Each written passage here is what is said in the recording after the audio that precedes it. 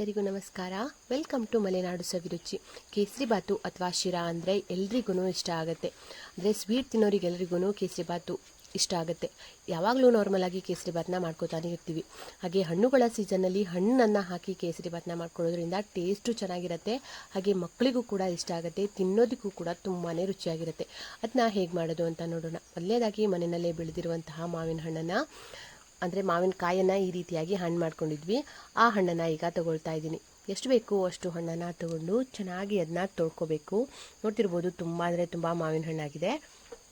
ಈ ಹಣ್ಣಲ್ಲಿ ನಾನು 4 ಹಣ್ಣನ್ನು ತಗೊಳ್ತಾ ಇದ್ದೀನಿ. ನಮಗೆ ಒನ್ ಟೈಮ್ ಎಷ್ಟು ಬೇಕು ಅಷ್ಟು ಹಣ್ಣನ್ನು ತಗೊಂಡ್ರೆ ಚೆನ್ನಾಗಿರುತ್ತೆ. ನಾನಿಲ್ಲಿ 4 ಹಣ್ಣನ್ನು ಚೆನ್ನಾಗಿ ತೊಳ್ಕೊಂಡು ಬಂದಿದ್ದೀನಿ. ಇದು ಕಪ್ಪು ಇಸಾಡ್ ಹಣ್ಣು. ಅಂದರೆ ಹೊರಗಡೆ ನೋಡೋದಕ್ಕೆ ಕಾಯಿ ಥರನೇ ಅನಿಸುತ್ತೆ, ಹಣ್ಣಾಗಿದೆ ಅಂತ ಅನಿಸೋದೇ ಇಲ್ಲ. ಒಳಗಡೆ ತುಂಬ ಚೆನ್ನಾಗಿ ಹಣ್ಣಾಗಿರುತ್ತೆ. ಹಾಗೆ ಈ ಹಣ್ಣು ತುಂಬ ಅಂದರೆ ತುಂಬ ಸ್ವೀಟಾಗಿರುತ್ತೆ. ನೋಡ್ತಿರ್ಬೋದು ಕಲರ್ ಎಷ್ಟು ಚೆನ್ನಾಗಿ ಕಾಣಿಸ್ತಾ ಇದೆ ಅಂತ. ಅದನ್ನ ಈಗ ಈ ರೀತಿಯಾಗಿ ಕಟ್ ಮಾಡಿಕೊಂಡು ಅದರ ಒಳಗಡೆ ಇರುವಂತಹ ಪಲ್ಪನ್ನೆಲ್ಲ ತಕ್ಕೊಳ್ತಾ ಇದ್ದೀನಿ. ನೋಡಿ, ಹೀಗೆ ಈ ರೀತಿಯಾಗಿ ಪಲ್ಪನ್ನು ತಗೊಂಡು ಇದನ್ನ ಒಂದು ಮಿಕ್ಸಿ ಜಾರಲ್ಲಿ ಹಾಕಿ ಇದನ್ನ ಸ್ವಲ್ಪ ಪೇಸ್ಟ್ ಮಾಡ್ಕೋಬೇಕು. ಅಥವಾ ಇಷ್ಟು ಚಿಕ್ಕದಾಗಿ ಕಟ್ ಮಾಡಿಕೊಂಡು ಹಾಗೇನೂ ಕೂಡ ಸೇರಿಸ್ಕೋಬೋದು. ನಾನೀಗ ಮಿಕ್ಸಿ ಜಾರಲ್ಲಿ ಹಾಕಿ ಸ್ವಲ್ಪ ಅದನ್ನ ಪ್ಯೂರಿ ಥರ ಮಾಡಿಕೊಂಡು ಸೇರಿಸ್ಕೊಳ್ತಾ ಇದ್ದೀನಿ. ನೋಡಿ, 4 ಮಾವಿನ ಹಣ್ಣಿನ ಪ್ಯೂರಿನೂ ಈಗ ಈ ರೀತಿಯಾಗಿ ಚಿಕ್ಕದಾಗಿ ಕಟ್ ಮಾಡಿಕೊಂಡು ಎತ್ತಿಟ್ಕೊಂಡಿದ್ದೀನಿ. ಹಾಗೆ ಅದರ ಪಲ್ಪನೆಲ್ಲ ಈಗ ಈ ಥರ ತುಂಬಾ ಸ್ವೀಟಾಗಿರುವಂತಹ ಹಣ್ಣನ್ನು ತಗೊಂಡ್ರೆ ನಮಗೆ ಕೇಸರಿ ಬಾತಿಗೆ ಸಕ್ಕರೆ ಕಡಿಮೆನೇ ಸಾಕಾಗತ್ತೆ.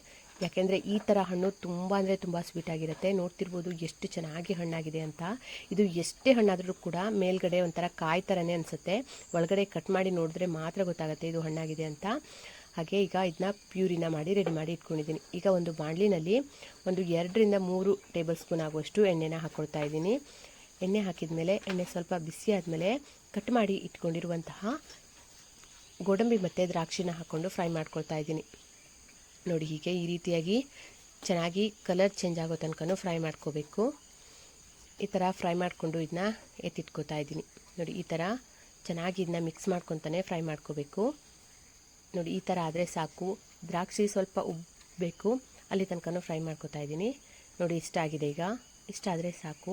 ಇದನ್ನ ಈಗ ಒಂದು ಬೇರೆ ಪಾತ್ರೆಯಲ್ಲಿ ತೆಗೆದಿಟ್ಕೊಳ್ತಾ, ಗೋಡಂಬಿ ಮತ್ತು ದ್ರಾಕ್ಷಿನೆಲ್ಲ ಈ ಥರ ತೆಗೆದಿಟ್ಕೊಂಡಾದಮೇಲೆ ಉಳಿದಿರುವಂತಹ ಅದೇ ತುಪ್ಪಕ್ಕೇ ನಾನು ರವಾನ ಹಾಕ್ಕೊಳ್ತಾ ಇದ್ದೀನಿ. ಈ ಕಪ್ಪಲ್ಲಿ 2 ಕಪ್ ಆಗುವಷ್ಟು ರವಾನ ತೊಗೊಂಡಿದ್ದೀನಿ. ಈಗ ರವಾನ ಹಾಕಿ ಆದಮೇಲೆ ಚೆನ್ನಾಗಿ ಮೀಡಿಯಮ್ ಫ್ಲೇಮಲ್ಲಿ ಇದನ್ನ ಹುರ್ಕೋಬೇಕು. ರವೆ ಚೆನ್ನಾಗಿ ಘಮ ಬರಬೇಕು, ಅಲ್ಲಿ ತನಕನೂ ಇದನ್ನ ಹುರ್ಕೋಬೇಕಾಗತ್ತೆ. ನೋಡಿ, ಈ ರೀತಿಯಾಗಿ ಹುರ್ಕೊಳ್ತಾ ಇದ್ದೀನಿ. ಕಲರ್ ಕೂಡ ಚೆನ್ನಾಗಿ ಚೇಂಜ್ ಆಗುತ್ತೆ. ಇದು ಚೆನ್ನಾಗಿ ಹುರಿತಾ ಇರಬೇಕಾದ್ರೆ ನೋಡಿ, ಈ ಥರ ಸ್ವಲ್ಪ ಕಲರ್ ಚೇಂಜ್ ಆಗೋ ತನಕನೂ ಇದನ್ನ ಹುರ್ಕೋಬೇಕು.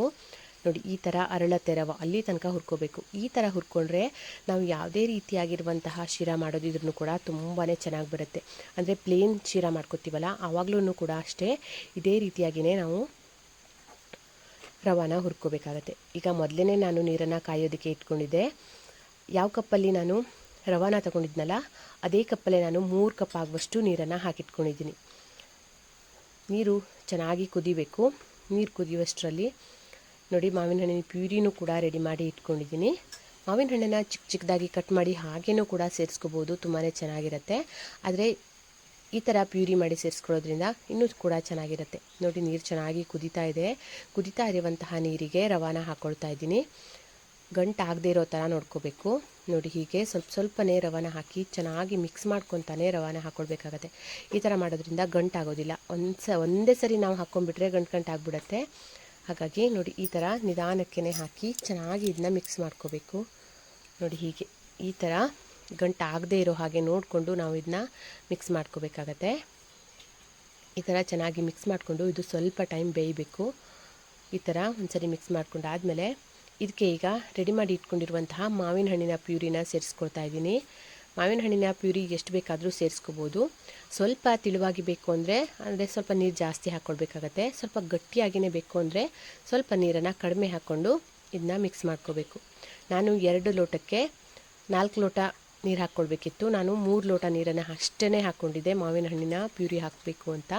ಹಾಗಾಗಿ ಈ ಥರ ಚೆನ್ನಾಗಿ ಒಂದ್ಸರಿ ಮಿಕ್ಸ್ ಮಾಡಿಕೊಂಡು ಇದಕ್ಕೆ ಸಕ್ಕರೆನ ಹಾಕ್ಕೊಳ್ತಾ ಇದ್ದೀನಿ. ಈ ಕಪ್ಪಲ್ಲಿ 1.5 ಕಪ್ ಆಗುವಷ್ಟು ಸಕ್ಕರೆ ಹಾಕ್ಕೊಂಡ್ರೆ ಸಾಕಾಗತ್ತೆ.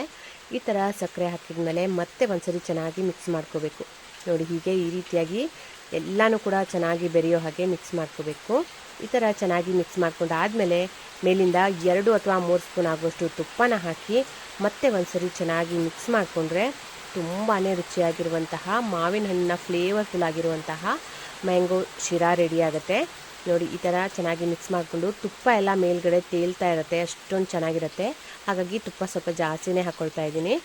ಈ ಥರ ಹಾಕಿ ಚೆನ್ನಾಗಿ ಮಿಕ್ಸ್ ಮಾಡಿಕೊಂಡ್ರೆ ತುಂಬ ಸಖತ್ತಾಗಿರುವಂತಹ ಮಾವಿನ ಹಣ್ಣಿನ ಶಿರಾ ರೆಡಿ ಆಯಿತು. ಇದನ್ನ ಬೆಳಿಗ್ಗೆ ತಿಂಡಿಗೂ ಕೂಡ ಮಾಡ್ಕೋಬೋದು ಅಥವಾ ಸಡನ್ನಾಗಿ ಯಾರಾದರೂ ಮನೆಗೆ ಗೆಸ್ಟ್ ಬಂದರೂ ಕೂಡ ಮಾಡಿಕೊಡ್ಬೋದು. ತುಂಬ ಸಖತ್ತಾಗಿರುತ್ತೆ. ಈ ಥರ ಮಾಡಿಕೊಂಡು ಮೇಲಿಂದ ರೆಡಿ ಮಾಡಿ ಇಟ್ಕೊಂಡಿರುವಂತಹ ಗೋಡಂಬಿ ಮತ್ತು ದ್ರಾಕ್ಷಿನ ಹಾಕಿ ಮತ್ತೆ ಒಂದ್ಸರಿ ಚೆನ್ನಾಗಿ ಮಿಕ್ಸ್ ಮಾಡಿಕೊಂಡ್ರೆ ತುಂಬಾ ಟೇಸ್ಟಿಯಾಗಿರುವಂತಹ ಮಾವಿನ ಹಣ್ಣಿನ ಶಿರಾ ರೆಡಿ ಆಯಿತು. ಮಕ್ಕಳು ಸ್ಕೂಲಿಂದ ಬಂದಮೇಲೆ ಹಾಕ್ಕೊಟ್ರೆ ಮಕ್ಕಳು ಅಂತೂ ತುಂಬ ಖುಷಿಪಟ್ಟರು. ನೀವು ಕೂಡ ಒಂದ್ಸರಿ ಈ ರೀತಿಯಾಗಿ ಟ್ರೈ ಮಾಡಿ ಹೇಗೆ ಬಂತು ಅಂತ ನನಗೆ ಕಮೆಂಟ್ ಮಾಡಿ ತಿಳಿಸಿ. ಹಾಗೆ ನನ್ನ ಈ ವಿಡಿಯೋ ನಿಮಗೆ ಇಷ್ಟ ಆಗಿದ್ದರೆ ಪ್ಲೀಸ್ ಒಂದು ಲೈಕ್ ಕೊಡಿ. ಹಾಗೆ ನಿಮ್ಮ ಫ್ರೆಂಡ್ಸ್ ಆ್ಯಂಡ್ ಫ್ಯಾಮಿಲಿಗೆಲ್ಲ ಶೇರ್ ಮಾಡ್ಕೊಳ್ಳಿ.